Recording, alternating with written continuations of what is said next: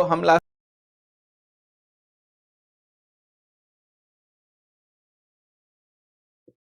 चलिए आंसर बताइए भाई सभी लोग जल्दी से।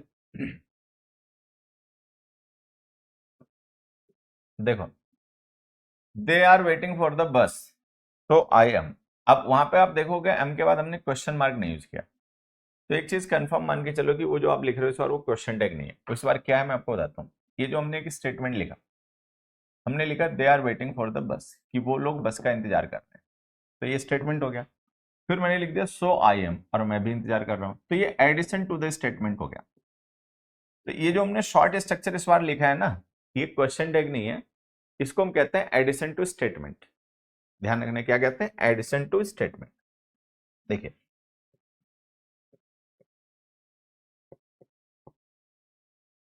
एडिशंस टू स्टेटमेंट्स, ये एक छोटा सा कॉन्सेप्ट है जो हमें सीखना है।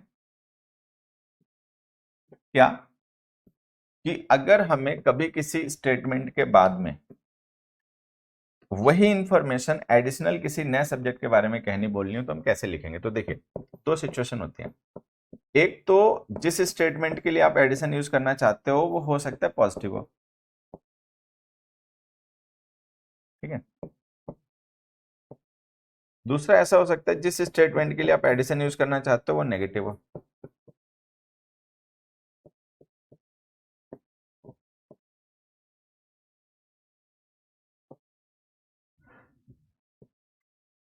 तो अगर स्टेटमेंट पॉजिटिव है जिसके लिए आप एडिशन यूज करना चाहते हो तो सो एडवर्ब का यूज किया जाएगा। अगर नेगेटिव है तो नाइदर या नॉर में से किसी एक का यूज किया जाएगा, किसी का भी कर सकते हो, ये दोनों भी यहाँ पर एडवर्ब होते हैं। एक चीज। दूसरी बात, दोनों के बाद फिर आपको इन्वर्टेड फॉर्म लिखनी है। इन्वर्टेड फॉर्म का मतलब है हेल्पिंग वर्ब सब्जेक्ट से पहले, जो भी आपका नया सब्जेक्ट है ना, तो हेल्पिंग वर्ब उससे पहले लिखनी है। ये हमें ध्यान रखना है स्पेशली, कि अगर स्टेटमेंट हमारा पॉजिटिव है तो उसका जब हम एडिशन टू स्टेटमेंट यूज करेंगे तो हम वहां पर यूज करेंगे एडवर्ब सो। अगर हमारा स्टेटमेंट नेगेटिव है तो उसके लिए जब हम एडिशन टू स्टेटमेंट यूज करेंगे तो उसके लिए हम यूज करेंगे नाइदर या नॉर, ठीक। दोनों के साथ ही वर्ब इन्वर्टेड फॉर्म में लिखी जाएगी, मतलब जो भी आपका नया सब्जेक्ट होगा हेल्पिंग वर्ब उससे पहले लिखी जाएगी। ये हमें ध्यान रखना है, ठीक। अब आप देखो, ये स्टेटमेंट आपका पॉजिटिव है, they are waiting for the bus, तो हमें सो लिखना था तो हमने सही लिखा, सो तो हमने सही लिखा। लेकिन सो जो एडवर्ब है, अगर हम कभी किसी एडवर्ब को एम्फिसाइज करने के लिए at the beginning of the sentence लिख दें तो उसके बाद वर्ब हमें इन्वर्टेड फॉर्म में लिखनी पड़ती है। इन्वर्टेड फॉर्म का मतलब ये जो आई एम है इसको लिखना पड़ेगा एम आई। तो ये ऐसे हो जाएगा, they are waiting for the bus so M आई, कि वो बस का इंतजार कर रहे हैं और मैं भी कर रहा हूं। एक एग्जांपल से ये बात और समझ लेते हैं। जैसे मैंने एक क्वेश्चन लिखा, ही is not ready, he is not ready, I am neither. अब जैसे हमने लिखा ही इज नॉट रेडी, कि वो रेडी नहीं है, तो ये स्टेटमेंट हो गया कि जो ही है वो रेडी नहीं है। उसी में हमने एडिशन लिख दिया कि मैं भी रेडी नहीं हूं। तो अब जब हम एडिशन टू स्टेटमेंट लिखेंगे नेगेटिव सेंटेंस के लिए तो हमें नाइदर लिखना पड़ेगा, हमने लिख रखा है। उसके बाद लिखनी पड़ेगी इन्वर्टेड फॉर्म, इन्वर्टेड फॉर्म तो हमने लिखी नहीं है, तो इसको लिखो neither am I, he is not ready, neither am I, पर ना ही मैं हूं। तो अगर स्टेटमेंट आपका पॉजिटिव है तो आप सो एडवर्ब का यूज करोगे, इन्वर्टेड फॉर्म लिखोगे। अगर स्टेटमेंट आपका नेगेटिव है तो आप नाइदर नॉर में से किसी एक का यूज करोगे और इन्वर्टेड फॉर्म लिखोगे, ठीक है।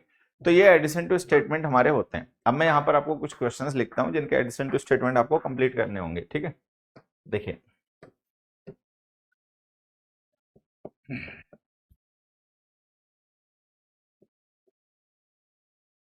दे हो गया।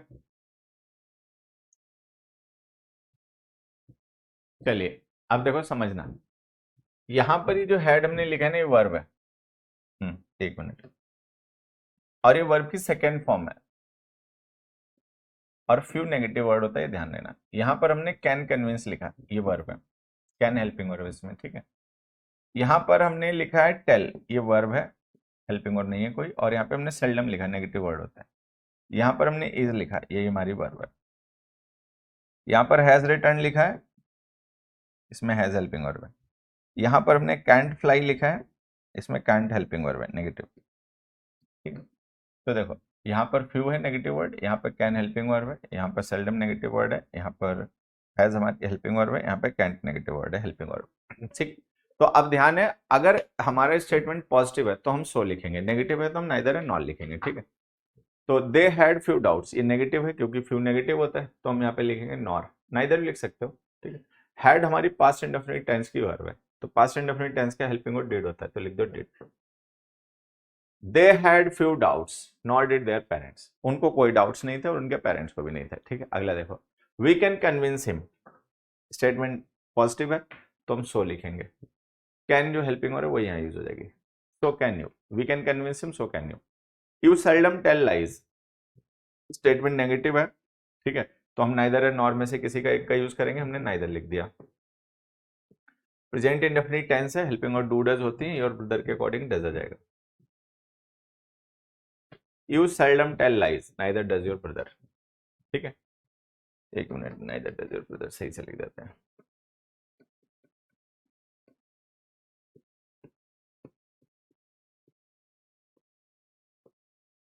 ठीक है, फिर हमने लिखा एवरीवन इज मॉर्टल, हर कोई नश्वर है।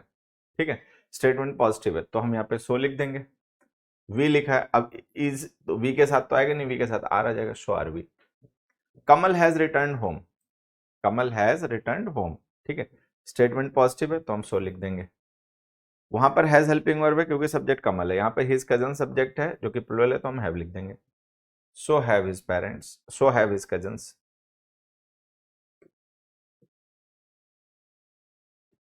फिर हमने लिखा dogs can't fly, statement negative है तो हम नाइदर नॉर में से किसी एक का यूज करेंगे, मान लो हमने नॉर लिख दिया। ठीक है, और बाकी कैन आ जाएगा, nor can horses. Dogs can't fly, nor can horses, dogs नहीं उड़ सकते और मतलब हॉर्सेस भी नहीं उड़ सकते। Kamal has return home, so have his cousins, Kamal घर वापस आ गया, उसी तरीके से उसके कजन्स भी वापस आ गए। एवरीवन इज मॉर्टल, हर कोई मॉर्टल है, सो आर वी, तो हम भी हैं उसी तरीके से। तो ये एडिशन टू स्टेटमेंट्स हम ऐसे यूज करते हैं। ठीक है, चलिए एक क्वेश्चन और देख लेते हैं। एक हमने स्टेटमेंट लिखा, Mohan can't swim but I dash. दूसरा, Mohan can't swim and I dash. Fill in this blanks, सभी लोग इन ब्लैंक्स को फिल करिए। Mohan can't swim but I dash, Mohan can't swim and I dash. Difference दिख रहा है? डिफरेंस इतना है, यहाँ पे लिखा है बट और यहाँ पे लिखा है and, that's the only difference. ठीक, ये स्टेटमेंट भी आपका नेगेटिव है, ये स्टेटमेंट भी आपका नेगेटिव। अब देखो फर्स्ट स्टेटमेंट है, उसमें क्या आएगा वो आसान है समझना, बट लिखा है तो इसका मतलब ये जो इन्फॉर्मेशन आप लिख रहे हो वो पहले वाले इन्फॉर्मेशन के ऑपोजिट होगी, उसको काउंटर करेगी। तो पहले वाली इन्फॉर्मेशन नेगेटिव है तो पॉजिटिव हो जाएगी, तो यहाँ पे लिख दो कैन। ठीक है, Mohan can't swim but I can. अगले में आ जाओ, हमने लिखा Mohan can't swim and I dash. अब यहाँ पे कंजंक्शन एंड लिखा है, यहाँ पर कंजंक्शन बट लिखा था, तो अगर यहाँ पर कंजंक्शन एंड लिखा हुआ है तो इसका मतलब जो आप लिखोगे यहाँ पर वो एडिशन टू स्टेटमेंट ही होगा। सेम इन्फॉर्मेशन ऐड की जा रही है कि भाई मोहन स्विम नहीं कर सकता और मैं भी नहीं कर सकता, तो यही जानकारी, तो एडिशन टू स्टेटमेंट आएगा। तो addition to statement negative sentence का जब हम बनाते हैं, ठीक है, तो हम वहां पे क्या लिखते हैं, नाइदर प्लस इन्वर्टेड फॉर्म। तो हमें लिखना चाहिए Mohan can't swim nor can I, neither can I. लेकिन जब हम नॉर कैन आई या नाइदर कैन आई लिखेंगे तो हमें नॉर या नाइदर को पहले लिखकर फिर इन्वर्टेड फॉर्म लिखनी पड़ेगी, लेकिन यहाँ तो सब्जेक्ट पहले आई लिख दिया गया, तो अब हम कैसे क्या करें। तो मैं आपको एक चीज समझाता हूँ, ये जो एडिशन टू स्टेटमेंट हम बनाते हैं ना नेगेटिव सेंटेंसेस का, इनका एक और भी तरीका होता है।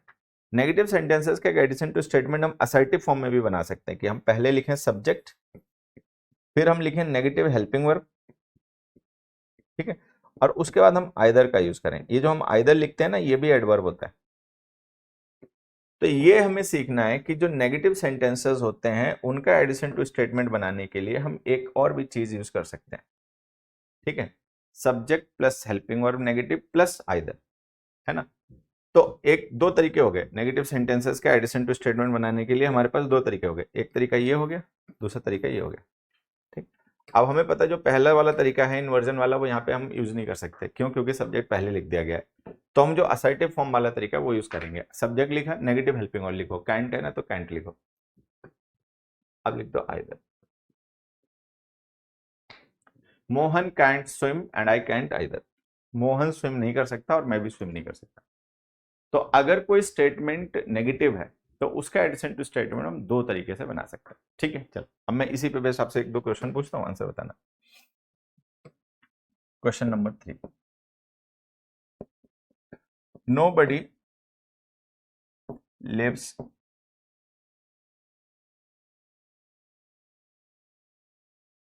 nobody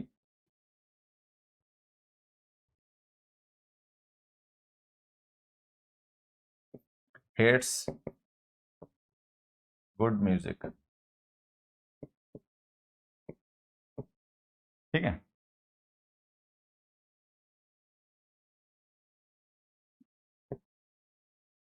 we dash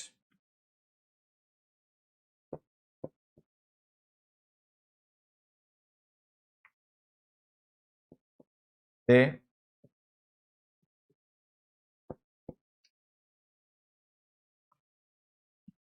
they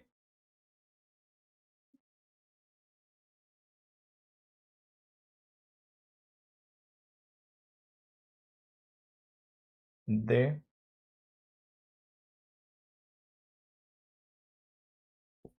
have not told a lie dash we।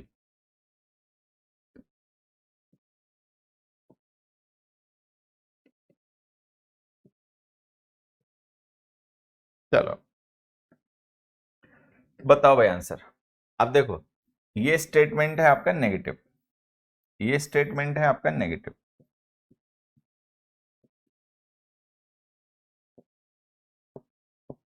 ये स्टेटमेंट है नेगेटिव।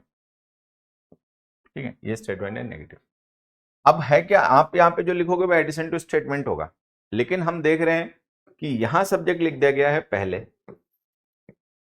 यहां सब्जेक्ट लिखा गया है बाद में। ठीक है, तो अगर सब्जेक्ट पहले लिख दिया गया है तो वो जो इन्वर्टेड फॉर्म वाला तरीका है वो आपका काम नहीं करेगा। तो आप क्या करोगे, नेगेटिव हेल्पिंग वर्ब लिखोगे। अब यहाँ पर वो हमने हेल्पिंग वर्ब लिखी नहीं, मेन वर्ब लिखी हेड्स। हेड्स का मतलब प्रेजेंट इंडेफिनिट टेंस। तो प्रेजेंट इंडेफिनिट टेंस के हेल्पिंग वर्ब होते हैं डू डज, वी के अकॉर्डिंग डू आ जाएगा। तो नेगेटिव हेल्पिंग वर्ब लिखो don't. Nobody hates good music, we don't either। अब फिर आइदर लिख दो। ठीक है, यहां पर सब्जेक्ट बाद में लिखा हुआ है तो आपको नाइदर एंड नॉर पहले लिख के इन्वर्टेड फॉर्म लिखनी पड़ेगी। They have not told a lie, यहां पर हैव हेल्पिंग वर्ब है।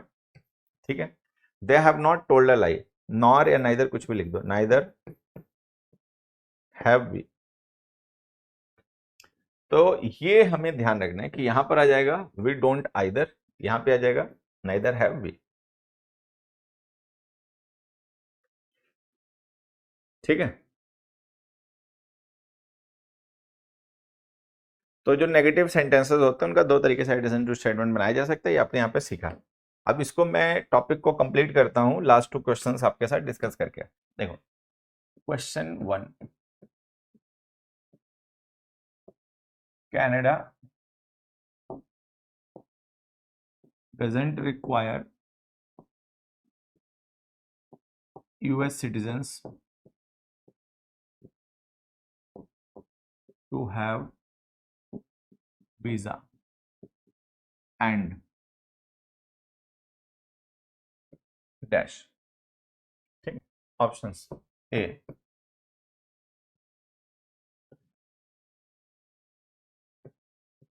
wheat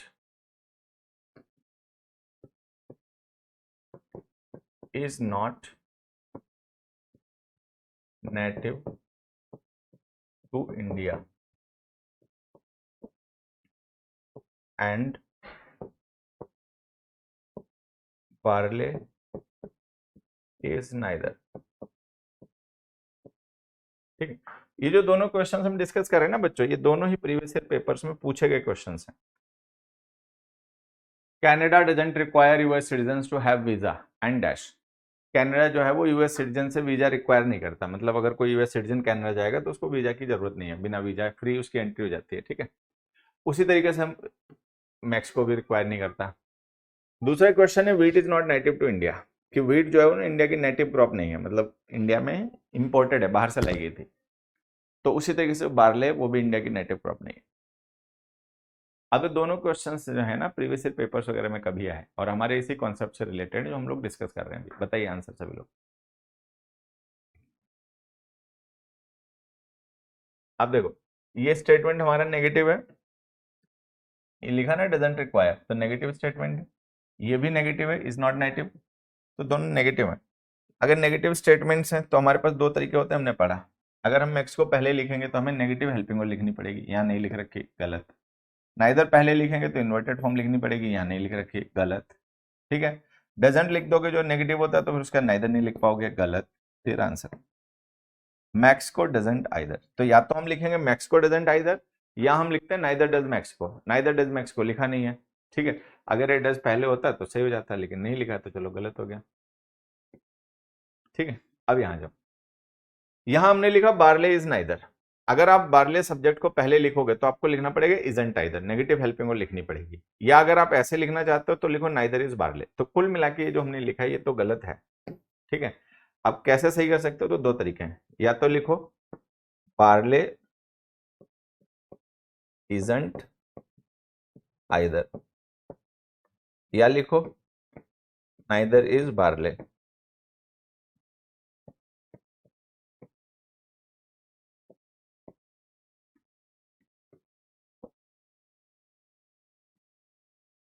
ठीक है, तो या तो ये लिखो बार्ले इजंट आइदर, या लिखो नाइदर इज बार्ले, इन दोनों में से कोई भी लिखोगे सही जाएगा।